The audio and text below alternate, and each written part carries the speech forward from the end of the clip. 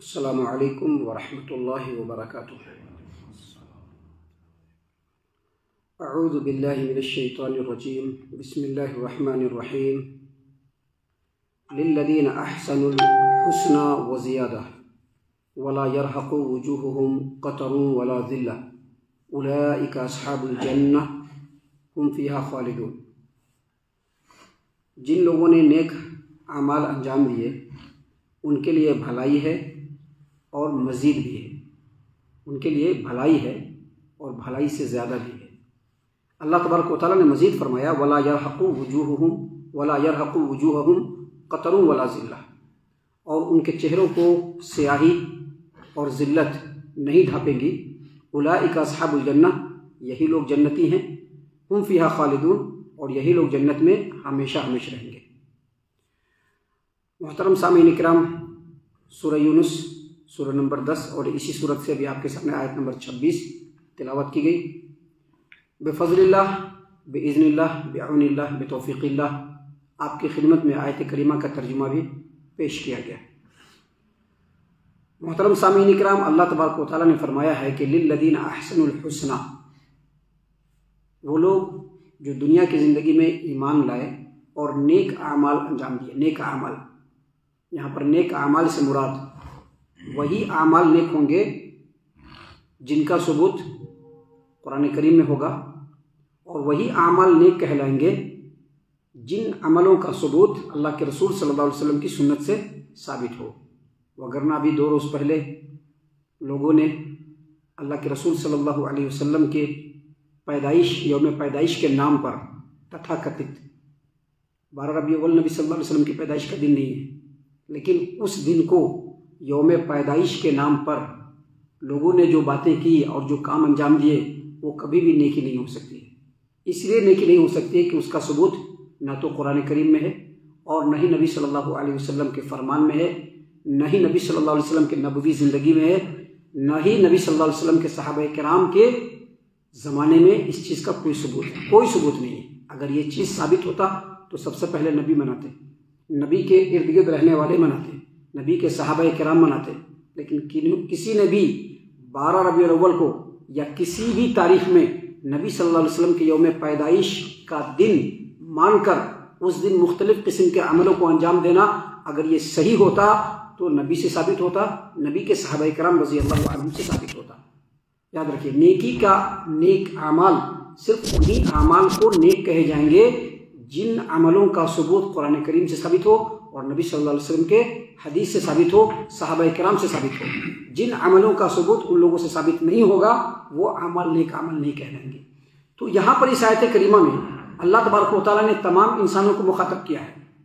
ہم نے پہلے بھی بتلایا تھا کہ اس صورت کریمہ میں جو آیتیں ہیں اور جو باتیں ہیں، ان کے اولین مخاطبین جو ہیں وہ مشرکین مکہ ہیں، لیکن قرآن کریم کی کوئی بھی آیت اس کا جو حکم ہے، اس کی جو صفات ہے، وہ تمام لوگوں کے لیے جو ان صفتوں میں پائے جائیں گے وہ اس میں داخل ہو جائیں گے۔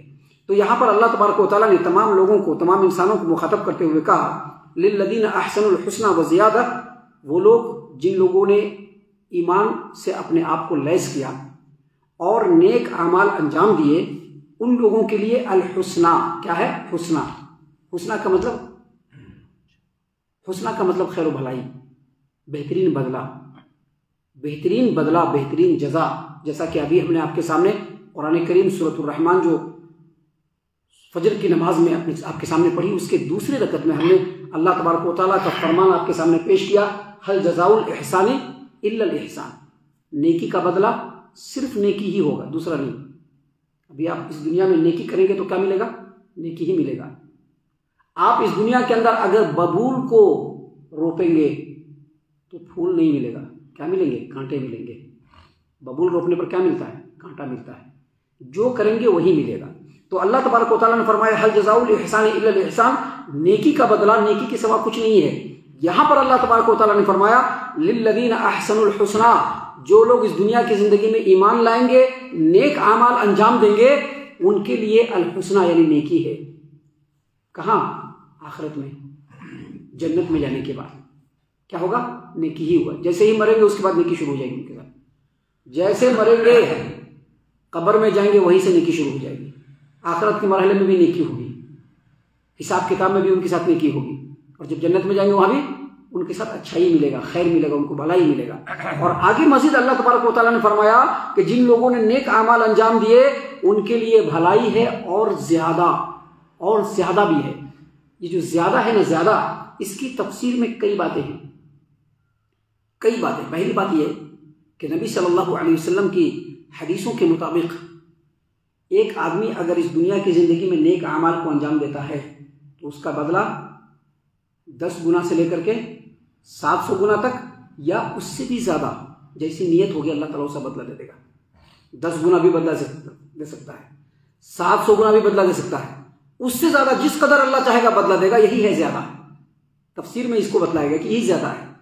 اس کی جو دوسری تفسیر کی گئی ہے اللہ کے رسول صلی اللہ علیہ وسلم کے فرمان کے مطابق ہے کہ جو لوگ نیک اعمال اس دنیا کی زندگی میں دیں گے، جو لوگ نیک اعمال انجام دیں گے، قیامت میں جنت میں جانے کے بعد ان کے لیے محل، بڑے بڑے محل ہوں گے، بڑے بڑے محل ہوں گے، اس کے اندر عیش و عشرت کے سارے سامان ہوں گے، بہت سارے جو ہے خادمائیں ہوں گی، یہاں تک کہ ان کے لیے کیا ہوں گی، حوریں بھی ہوں گی۔ اور اللہ تبارک و تعالیٰ نے ان کے لیے ایسی نعمتوں کو تیار کر کے رکھا ہے جو آنکھوں کو ٹھنڈک پہنچانے والی ہے، جن کو اللہ نے چھپا کر کے رکھا ہے، کسی کو بتایا نہیں ہے۔ یہی ہے زیادہ۔ سامعین کرام، زیادہ کے تعلق سے ایک اور تفسیر ہے، وہ یہ کہ جنتی جب جنت کے اندر جائیں گے تو ان کو اللہ تبارک و تعالیٰ جو بے شمار نعمتوں سے نوازے گا، ان نعمتوں میں سے سب سے افضل اور سب سے عظیم جو نعمت ہوگی، سب سے افضل اور سب سے عظیم جو نعمت ہوگی، وہ اللہ تبارک و تعالیٰ کا دیدار ہوگا۔ اللہ کو وہ اپنی آنکھوں سے دیکھیں گے۔ جو مسلمان ہیں، جو اللہ پر ایمان رکھتا ہے، چاہت تو دل میں ہے نا کہ اللہ کو دیکھیں، ہم ہے کہ نہیں چاہت کہ میں اللہ کو دیکھ لیتا، لیکن دنیا کی زندگی میں اللہ کو ان آنکھوں سے نہیں دیکھ سکتے۔ لیکن مرنے کے بعد جو لوگ نیک ہوں گے، جو لوگ جنتی ہوں گے، جو جنت میں جانے والے ہوں گے، اللہ تبارک و تعالیٰ اپنے دیدار کو ان کے لیے خاص کر دے گا۔ یہ تفسیر جو ہے ابو بکر صدیق رضی اللہ عنہ، حذیفہ بن یمان رضی اللہ عنہ، عبداللہ بن عباس رضی اللہ عنہما، سعید بن مسیب، عبد الرحمن بن ابی لیلہ، عبد الرحمن بن ثابت، امام مجاہد، امام اکرمہ، امام قتادہ، امام سدی اور دیگر کئی مفسرین جو ائمہ مفسرین ہیں، ان تمام نے کہا ہے کہ یہاں پر زیادہ سے مراد اللہ تبارک و تعالیٰ کا دیدار ہوگا جنت میں جنتیوں کو۔ اس سلسلے میں کئی حدیثیں ہیں، جس میں سے ایک حدیث ہم آپ کے سامنے پیش کرتے ہیں۔ اس حدیث کو امام احمد نے اپنی مسند کے اندر صہیب رضی اللہ عنہ سے روایت کیا ہے۔ صہیب رضی اللہ عنہ سے روایت ہے کہ جب جنتی جنت میں اور جہنمی جہنم میں چلے جائیں گے تو اعلان کرنے والا یہ اعلان کرے گا کہ اللہ تبارک و تعالیٰ نے دنیا کی زندگی میں تم سے ایک وعدہ کیا تھا، آج اللہ تبارک و تعالیٰ اس وعدہ کو پورا فرمانا چاہتا ہے۔ جنتی کہیں گے کہ کون سا وعدہ؟ ارے اللہ تبارک و تعالیٰ نے ہم لوگوں کو جنت سے نوازا، ہمارے اعمال کو وزنی بنا دیا، بے شمار نعمتوں سے نوازا۔ کیا اللہ تبارک و تعالیٰ نے ہم لوگوں کو جنت میں داخل نہیں کیا؟ کیا اللہ تبارک و تعالیٰ نے ہم کو جہنم سے نہیں بچایا؟ ابھی یہ لوگ تعجب کا اظہار کر رہے ہوں گے، ابھی یہ لوگ تعجب کا اظہار کر رہے ہوں گے کہ اسی درمیان میں پردہ ہٹے گا اور اللہ تبارک و تعالیٰ اپنے دیدار مبارک کو جنتیوں کو دکھلائیں گے۔ سارے جنتی دیکھ لیں گے۔ رسول اللہ صلی اللہ علیہ وسلم نے فرمایا کہ اللہ کی قسم، اللہ تعالیٰ انہیں جنت میں بڑی سے بڑی نعمت دے گا، لیکن یہ جو اللہ تبارک و تعالیٰ کا دیدار ہوگا، اس سے بڑی نعمت آنکھوں کو اور دلوں کو ٹھنڈک پہنچانے والی جنتیوں کو نہیں ملے گی۔ اللہ تبارک و تعالیٰ نے یہاں پر تمام انسانوں کو مخاطب کرتے ہوئے کہا ایک بڑے ہی دلنشین انداز میں کہ اگر دنیا کے زندگی کو گزارنے کے بعد آخرت میں آرام اور سکون ظاہری اور باطنی طور پر کرنا چاہتے ہو، پانا چاہتے ہو، تو دنیا کی زندگی میں نبی صلی اللہ علیہ وسلم کے بتائے ہوئے طریقے پر چلو۔ کل جو 2 آیتیں ہم نے آپ کے سامنے پیش کی تھی، جس میں دنیا کی زندگی کا جو ہے ایک نمونہ بتلایا تھا کہ کتنا عارضی اور کتنا ٹیمپروری ہے، اس کے تفسیر میں ہم نے آپ کے سامنے ایک حدیث پیش کی تھی جس میں اللہ کے رسول صلی اللہ علیہ وسلم کے بارے میں فرشتوں نے کہا تھا کہ مثال ہے، ایک آدمی گھر بناتا ہے، محل بناتا ہے، محل میں ایک کمرہ بناتا ہے جس میں کھانے کو چن دیتا ہے، اچھے اچھے کھانوں کو، اور ایک بلانے والے کو بھیجتا ہے۔ جو بلانے والوں کی بات کو مان کر کے محل کے اندر داخل ہوگا، کمرے کے اندر داخل ہوگا، وہ اس میں سے کھائے گا، اور جو نہیں مانے گا وہ محل میں بھی داخل نہیں ہوگا اور کھا بھی نہیں پائے گا۔ اسی طرح سے وہ مثال ہے کہ یہ پوری کی پوری دنیا اللہ تبارک و تعالیٰ نے بنایا، اس میں بلانے والے کس کو بھیجا؟ محمد صلی اللہ علیہ وسلم کو۔ محل کہاں بنایا؟ جنت، اس میں کھانے پینے کا ہر طرح کی نعمت کا سامان اللہ تبارک و تعالیٰ نے مہیا فرمایا۔ بلانے والے کس کو بھیجا؟ محمد صلی اللہ علیہ وسلم کو۔ اب جو محمد صلی اللہ علیہ وسلم کی بات کو مانے گا، یاد رکھیے گا، صرف کہنے سے نہیں ہوگا کہ ہم محمد صلی اللہ علیہ وسلم کی بات کو ماننے والے ہیں، عملی طور پر ماننا ہوگا، عملی طور پر ماننا ہوگا، عملی طور پر مانیں گے تب جا کر کے محمد صلی اللہ علیہ وسلم کی بات کو ماننے والے ہوں گے۔ محض زبانی دعویٰ کر کے کوئی بھی محمد صلی اللہ علیہ وسلم کی بات کو ماننے والا نہیں ہوگا۔ ایک آدمی اگر نماز پڑھتا ہے اور نبی صلی اللہ علیہ وسلم کے بتائے ہوئے طریقے کے مطابق نماز نہیں پڑھتا ہے، وہ نبی صلی اللہ علیہ وسلم کی باتوں کو ماننے والا نہیں ہے۔ ایک آدمی نیک اعمال انجام دیتا ہے لیکن محمد صلی اللہ علیہ وسلم کے بتائے ہوئے طریقے کے مطابق نیک اعمال نہیں انجام دیتا ہے، وہ آدمی محمد صلی اللہ علیہ وسلم کی بات ماننے والا نہیں ہے۔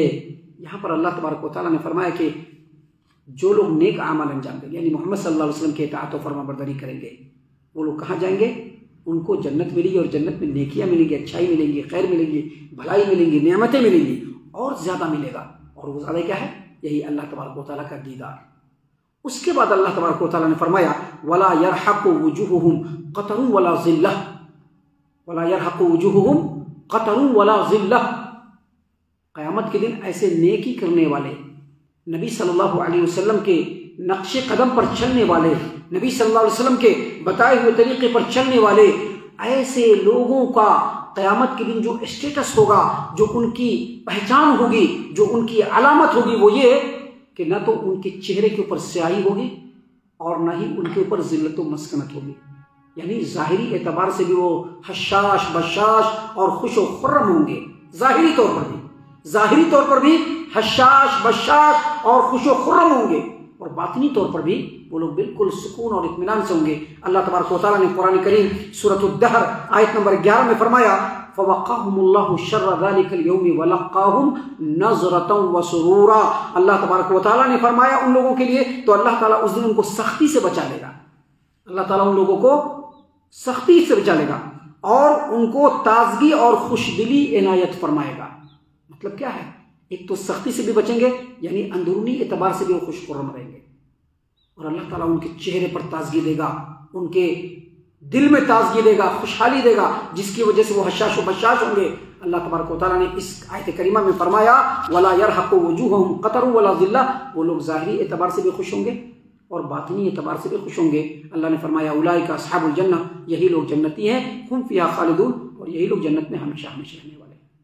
ہم اللہ سے دعا کرتے ہیں کہ اللہ تعالیٰ ہم تمام کو ان لوگوں میں شامل فرمائے، آمین۔ اللہ تعالیٰ ہم تمام کو صحیح معنوں میں پکا سچا مومن مسلمان بنائے، اللہ اور اس کے رسول صلی اللہ علیہ وسلم کی اطاعت و فرما برداری کرنے والا بنائے، صحابہ کرام رضی اللہ عنہم کے طریقے پر چلنے والا بنائے، جنت الفردوس میں جگہ عطا فرمائے۔ اے اللہ ہم تمام کو جہنم سے پناہ دے، اے رب العالمین ہم تمام کو جہنم سے پناہ دے، اے مالک الملک ہم تمام کو جہنم سے پناہ دے، آمین یا رب العالمین۔ وما علینا الا البلاغ المبین۔